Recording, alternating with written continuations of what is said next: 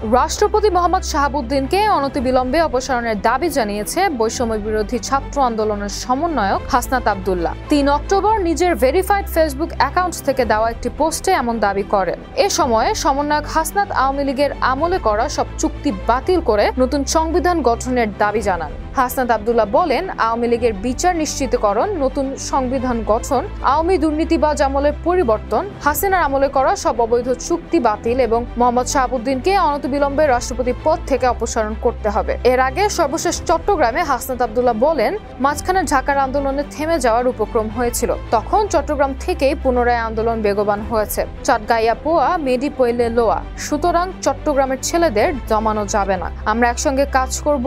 আমরা সংকটকালীন সময়ে এক ছিলাম, এখন আমাদের এক থাকতে হবে।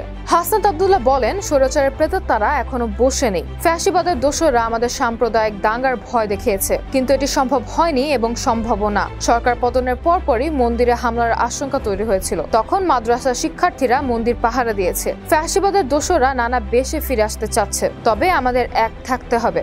আমরা বুলেটের ভয় করিনি। চট্টগ্রামের অনেকেই পুলিশ ছাত্রলীগের গুলির সামনে বুক পেতে শহীদ হয়েছে, তারপরও মাথা নত করেননি। তিনি বলেন, পুলিশ ভাইদের বলছি, আপনারা কাজে ফিরুন। যারা দোষী তাদের বিরুদ্ধে শাস্তি হবে। সব পুলিশ ডিবি হারুন না, যারা ভালো পুলিশ আমরা তাদের সহযোগিতা করব। এর আগে বন্যায় আক্রান্তদের সাহায্যে টিএসসিতে 22 আগস্ট গণত্রাণ সংগ্রহ কর্মসূচির তহবিলে প্রায় 11 কোটি 10 লাখ টাকা জমা পড়েছিল। এর মধ্যে থেকে এখন পর্যন্ত বন্যার্তদের সহযোগিতায় খরচ হয়েছে প্রায় 1 কোটি 75 লাখ টাকা। অবশিষ্ট প্রায় 9 কোটি 35 লাখ টাকা ব্যাংকে জমা রাখা হয়েছে। কিন্তু এসব টাকা ব্যাংকে কেন, সে প্রশ্ন উঠে এসেছে সাধারণ মানুষের মধ্যে। তবে সে সময় হাসনাত আব্দুল্লাহ নিজের ভেরিফাইড ফেসবুক আইডি থেকে একটি পোস্ট দিয়ে জানান, ব্যয় বাদে বাকি টাকা ঢাকা বিশ্ববিদ্যালয়ের জনতা ব্যাংক, সোনালী ব্যাংক শাখা, ইসলামী ব্যাংক ও মোবাইল ব্যাংকিং এ সংরক্ষিত রয়েছে। এই পোস্টের পরেই ত্রাণ তহবিলের টাকায় আয় ব্যয়ের স্বচ্ছতা নিয়ে নতুন করে প্রশ্ন ওঠে। বিশেষ করে বন্যার্তদের ত্রাণের টাকা কেন ব্যাংকে রেখেছে সমন্বয়করা, এমন প্রশ্ন এখনো জনমনে।